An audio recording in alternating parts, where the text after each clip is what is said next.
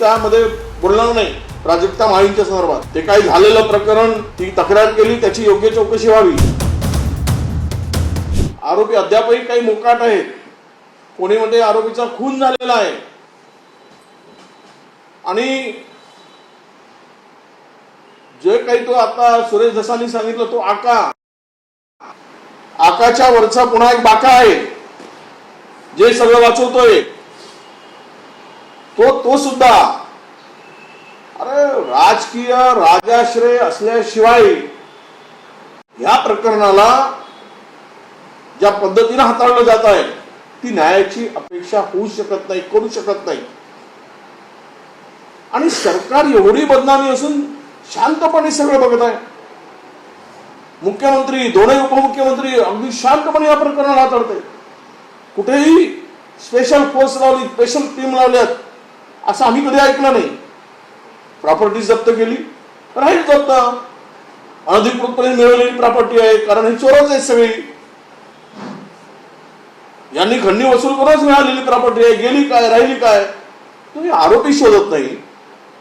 आणि म्हणून माझं म्हणणं आहे सगळ्या माध्यमाच्या माध्यमातून महाराष्ट्राला की कोणी या संदर्भात अनेक घटना झाल्या, बदलापूरच्या घटना झाल्या. काल परवा मी कालचं एक आपण आता पाहिलं, आमच्या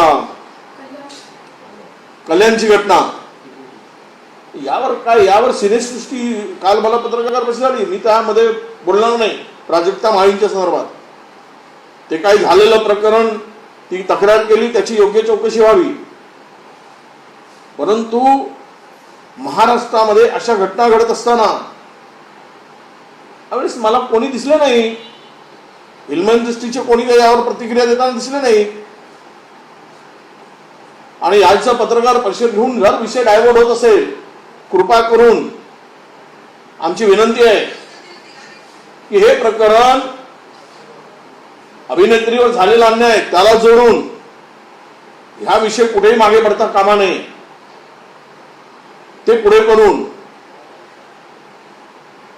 कारण ही प्रवृत्ती ठेचलीच पाहिजे महाराष्ट्रात, नाहीतर महाराष्ट्राला कोणी वाचवू शकणार नाही.